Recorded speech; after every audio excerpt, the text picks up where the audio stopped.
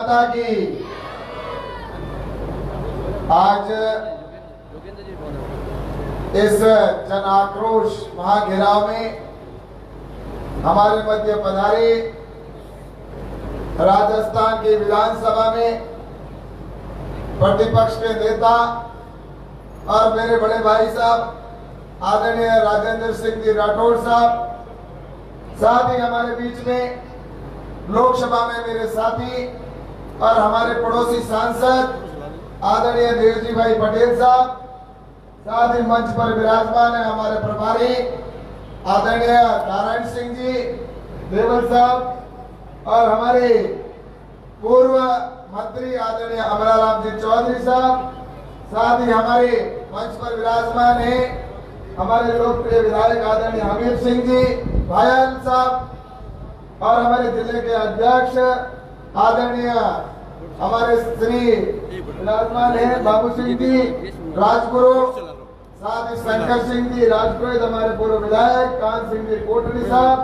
और मंच पर विराजमान है हमारे के बिश्नोई जी, जोगाराम जी पटेल साहब, महेंद्र सिंह जी राठौड़ साहब और बाड़मेर जिले के अध्यक्ष स्वरूप सिंह जी और हमारे दिलीप जी पालीवाल साहब पूर्व जिलाध्यक्ष बहन सुमित्रा जी इस नगर पालिका की हमारे यहाँ पर सभापति, साथ ही जोगेंद्र जी राजपुरोहित, महेश जी चौहान जी और नेताराम जी कालमा साहब जो हमारे उप जिला प्रमुख है और साथ ही हमारे सभी मंच के पूर्व हुए सभी पदाधिकारीगण और सभी उपस्थित यहाँ पर आए हुए जन सलाह के रूप में यहाँ आए हुए सभी उपस्थित सज्जनों, सभी मेरे युवा साथियों, मातृशक्ति के रूप में बैठी मेरी माताओं बहनों और मीडिया के बंधुओं, आज जैसा कि यहाँ पर हम सब देख रहे हैं, हम सब अपने गांव से और रानी और घर से सब निकल कर आए यहाँ पर और सबका एक ही उद्देश्य है, जैसा कि मुझसे पूर्व वक्ताओं ने बताया, इस राजस्थान में जिस तरह से जंगल राज हो चुका है, ऐसी बहरी और गूंगी सरकार को ये बताने के लिए आए हैं कि आपने जो जनता से वादे किए थे वो वादे करने में आपने कहीं न कहीं कोताही बरती है, जिसकी वजह से राजस्थान की जनता सड़कों पर है। आज पूरे राजस्थान के अंदर मैं देख रहा हूं कि जिस तरह से किसान अपनी समस्याओं को लेकर सड़कों पर आंदोलनरत है, वहीं पर युवा अपनी समस्याओं को लेकर आंदोलन के ऊपर आंदोलनरत है। तेरे इस छोटे से ढक्कन से मेरे पूरे कपड़े महक जाते हैं, तेरी झाग से मेरे पूरे कपड़े साफ हो जाते हैं। Oswal detergent liquid. वही बेरोजगार साथी अपनी समस्या को लेकर आंदोलन कर रहा है, तो वहीं पर देखा जाए तो डॉक्टर भी समस्याओं से ग्रसित है।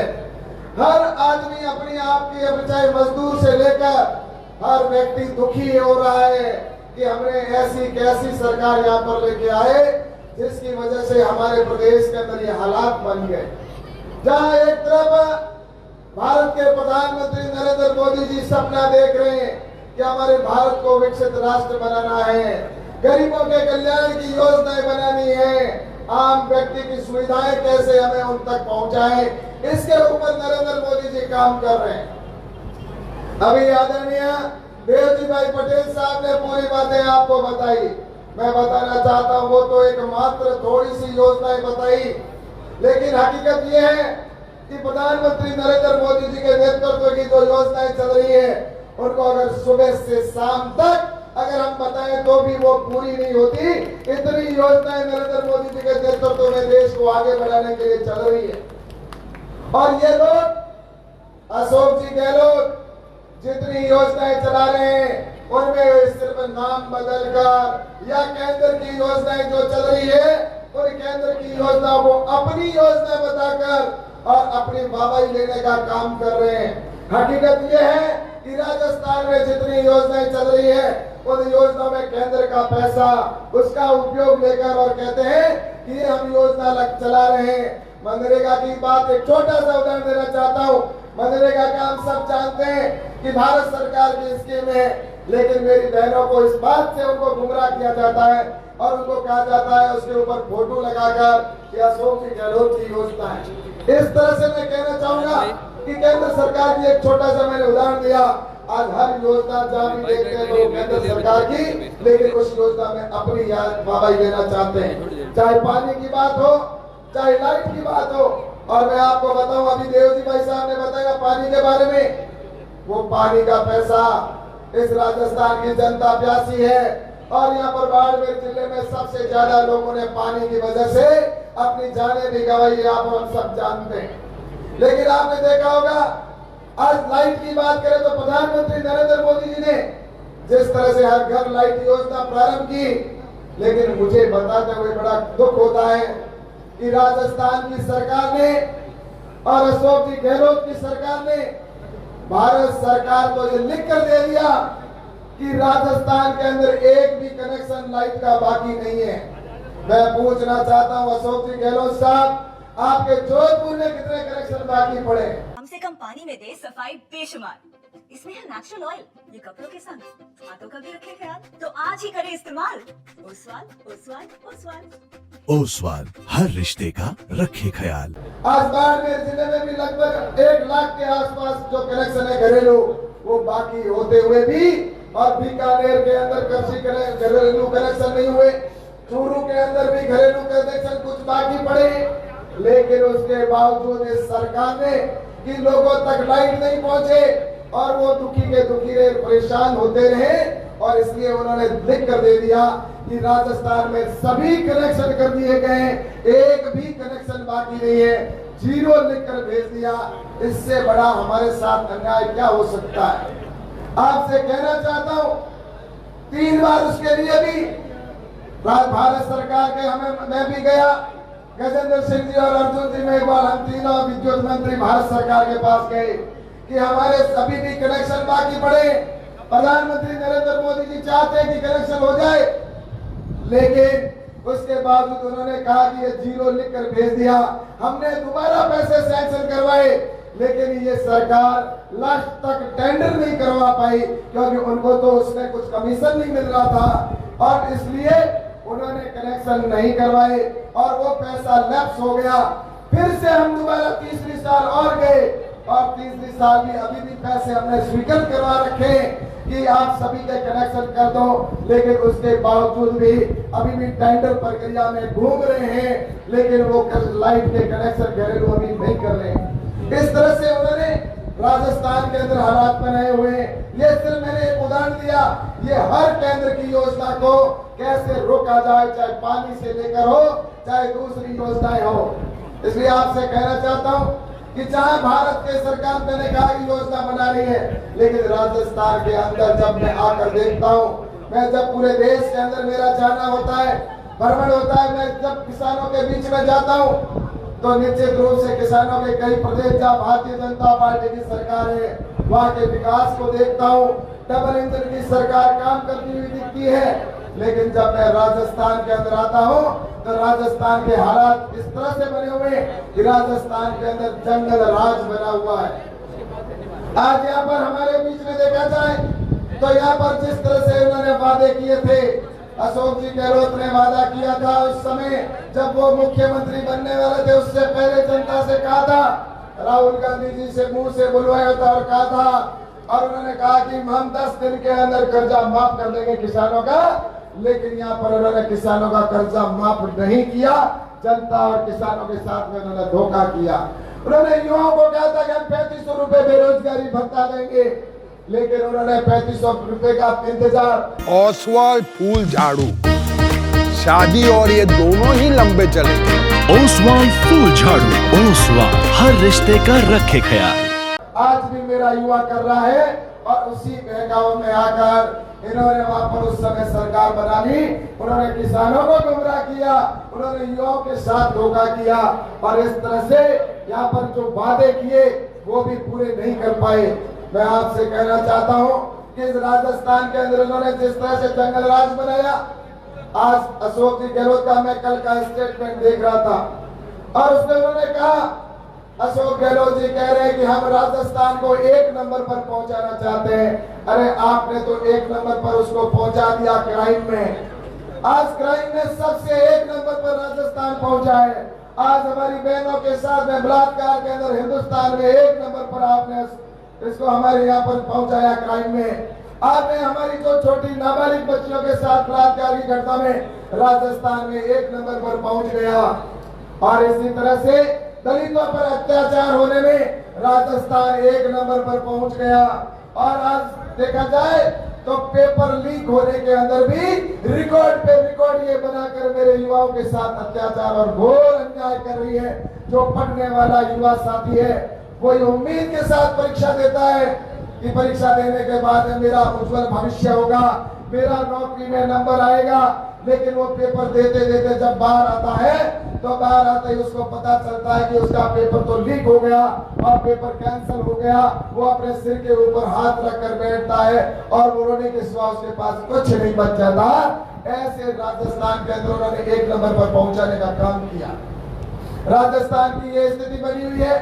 इसलिए मैं आपसे कहना चाहता हूँ, आज कहीं पर देखा जाए तो आज जिस तरह से बाड़मेर की घटनाएं देखे तो बाड़मेर के अंदर दिन दहाड़े देखा जाए तो किसी व्यक्ति के द्वारा हमारी दलित बहन के साथ में जिस तरह से निर्मम हत्या हो जाती है, सकूर नाम के व्यक्ति के द्वारा जिस तरह से एक दलित बहन के साथ में दिन दहाड़े बलात्कार घटना होती है और उसके बाद उसको ज्वलंतशील पदार्थ डालकर और उसको जिंदा जला दिया जाता है। और वो चिल्ला चिल्ला कर कहती है, पुकार पुकार कर कहती है कि मेरे साथ न्याय किया जाए। लेकिन आपने देखा होगा आज भी उसकी आत्मा ये कह रही है कि मेरे साथ न्याय किया जाए। ये तो अच्छा हुआ कि भारतीय जनता पार्टी के कार्यकर्ताओं ने और संघ के कार्यकर्ताओं ने उस समय वहां जाकर उस सरकार के ऊपर नकेल कसने का काम किया और उनको तुरंत कहा कि ये बहन अभी इसकी सांस निकल जाएगी, तुरंत इसको जोधपुर रेफर करो। तो उनको रेफर करना पड़ा। और इसके साथ ही उन्होंने तो एफआईआर दर्ज करने में पुलिस ने 24 घंटे लगा दिए, एफआईआर दर्ज नहीं हुई। उसकी कौन पुकार सुनने वाला था वहां पर। लेकिन उसके बाद में जब वहां गए और जाने के बाद आपने देखा होगा कि आज प्रक्रिया शुरू हो गई है कि किसी भी प्रकार से उस मुलजिम को बाहर निकालने का षड्यंत्र रचा जा रहा है। इस राजस्थान के अंदर आज जिस तरह से आप देख रहे हो कि राजस्थान के अंदर जो तुष्टीकरण की नीति अपनाई जा रही है, आज सबसे ज्यादा दंगाओं वाला प्रदेश इस हिंदुस्तान में राजस्थान बन चुका है। कभी गुजरात 1 नंबर पर दंगा में होता था, लेकिन ओसवाल फूल झाड़ू शादी और ये दोनों ही लंबे चलेंगे। ओसवाल फूल झाड़ू, ओसवाल हर रिश्ते का रखे ख्याल। आज सबसे शांत प्रदेश गुजरात हो गया। एक समय उत्तर प्रदेश के अंदर दंगे अधिक हुआ करते थे, आज उत्तर प्रदेश सबसे शांत प्रदेशों के अंदर आने लग गया। और राजस्थान के अंदर दंगों पे दंगे होते जा रहे हैं और जिसमें जो दंगा करने वाले हैं उनको तो संरक्षण दिया जाता है और जो पीड़ित होता है मार भी खाता है और मुकदमे भी लेता है। इस तरह से ये तुष्टीकरण की नीति के साथ चल रहे हैं। मैं आपसे कहना चाहता हूं कि इतनी हद हो जाती है तब तो इस राजस्थान में कि एक कोई अगर धार्मिक कार्यक्रम होता है तो उस धार्मिक कार्यक्रम के अंदर भगवा कोई अगर ध्वज फहराता है तो उसके ध्वज को छीन लिया जाता है। अगर कोई यात्रा में जाता है तो उनको पुलिस के द्वारा आदेशित करके उनको नीचे गिराने का काम करके और कैसे उनको और दंगे की जो कैसे उसको उद्वेलित करें और उनके ऊपर कैसे अत्याचार करें, जानबूझकर ऐसा किया जाता है। और मैं आपको ये भी बताऊं कि हम सब जानते हैं कि जिस तरह से दंगे हुए थे जयपुर के अंदर, और जयपुर के दंगे हुए चाहे अलवर के दंगे हो या चाहे भरतपुर के अंदर हुए हो, चाहे उदयपुर के अंदर जिस तरह से घटना घटी हो, चाहे जोधपुर के अंदर दंगे हुए हो, आप सबको बताना चाहता हूं कि दंगों के बाद में कैसे कैसी इस सरकार की नीति है। आज दिल्ली जयपुर के अंदर जो दंगा जिस समय बम ब्लास्ट हुआ था और उस बम ब्लास्ट के अंदर 80 से अधिक लोगों की जान चली गई और उसकी जान जाने के बाद में भारतीय जनता पार्टी की सरकार जब थी तब कोर्ट में बराबर लगातार पैरवी कर रही थी और उस समय उनको सजा भी हो गई थी। और सजा के बाद में जब कांग्रेस की सरकार आई हाई कोर्ट के अंदर वो जब गए तो कांग्रेस की सरकार ने वहां पर पूरी तरह से उन्होंने उस समय राजस्थान की सरकार ने पैरवी नहीं की और पैरवी नहीं करने की वजह से 80 लोगों की जान लेने वाले ऐसे गुनहगार बेगुनाह छूट कर चले जाते हैं। तो बड़ा शर्म की बात है इस राजस्थान की सरकार को डूब मरना चाहिए कि जानवर के ऊपर भी तुम लाशों पर भी राजनीति करना चाहते हो। और उसके बाद में गायों के अंदर जो हमारी गौ माता है उस गायों के अंदर भी लंपी जैसी बीमारी आई और उस लंपी की बीमारी के अंदर इस बाड़मेर जिले के अंदर और जैसलमेर जिले के अंदर 1 लाख से अधिक गायें बेचारी पुकार करती करती चली गई, वो मर गई। भारत सरकार ने उनको पर्याप्त पैसा दे दिया था कि तुरंत उनका टीकाकरण करें, लेकिन उसके बावजूद भी अशोक जी गहलोत की सरकार उनको टीका नहीं करना चाहती थी और आरोप के अंदर पर लगाती रही कि इसको राष्ट्रीय आपदा घोषित करें। अरे राष्ट्रीय आपदा में पैसा ही तो दिया जाता है, अब तुम्हारे को पैसा दे दिया फिर भी तुम क्यों गायों को मारने का पाप कर रहे हो। और मैं कहना चाहता हूँ इन गायों का पाप इनको कभी माफ नहीं करेगा। आने वाले चुनावों के अंदर तुम्हारे को इसकी सजा भुगतनी पड़ेगी। कम से कम पानी में दे सफाई बेशुमार, इसमें है नेचुरल ऑयल, ये कपड़ों के संग हाथों का भी रखे ख्याल, तो आज ही करें इस्तेमाल ओसवाल ओसवाल ओसवाल। ओसवाल हर रिश्ते का रखे ख्याल। इतनी लाखों गायों का पाप तुम्हारे ऊपर कलंक है। 80 से अधिक जो बम के अंदर ब्लास्ट हुए उसमें लोग चले गए, उनका पाप तुम्हें कभी माफ नहीं करेगा। नाबालिग बच्चियों के साथ बलात्कार होता है, वो रोती है और उनका जो पाप है तुम्हें कभी माफ नहीं करेगा। दलितों पर अत्याचार होकर जो हत्याएं हो जाती है, आम आदमी सड़क पर चलने वाला सुरक्षित नहीं है। इसीलिए आज इतनी बड़ी जनसंख्या के सैलाब के रूप में आप सभी आए हो और मैं आप सबसे कहना चाहता हूँ कि इसकी फहरिस्त को लिखा जाए तो बहुत लंबी है। इस कांग्रेस सरकार के अत्याचारों का और जिस तरह से देखा जाए तो कोई सुबह से शाम कहे तो भी कोई कम रह जाएगा समय भी। अभी हमारे मुख्य वक्ता जो है राजेंद्र सिंह राठौड़ साहब हमें पूरी राजस्थान की और बाड़मेर जिले की बातें बताएंगे और मैं आप सबसे आग्रह करना चाहता हूँ इस सरकार को हमें इनको बताना होगा कि अगर तुम अत्याचार करोगे तो हम सड़कों पर आएंगे और तुम्हारा घेराव करेंगे और प्रशासन के अधिकारी भी सुन ले।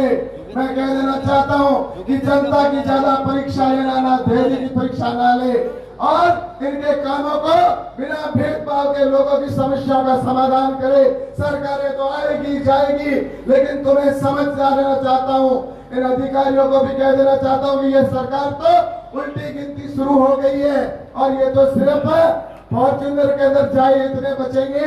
और भी बताना चाहता हूँ इन्हीं के मंत्री और इन्हीं के विधायक इस प्रदेश की सरकार को लूटने में लगे हुए हैं।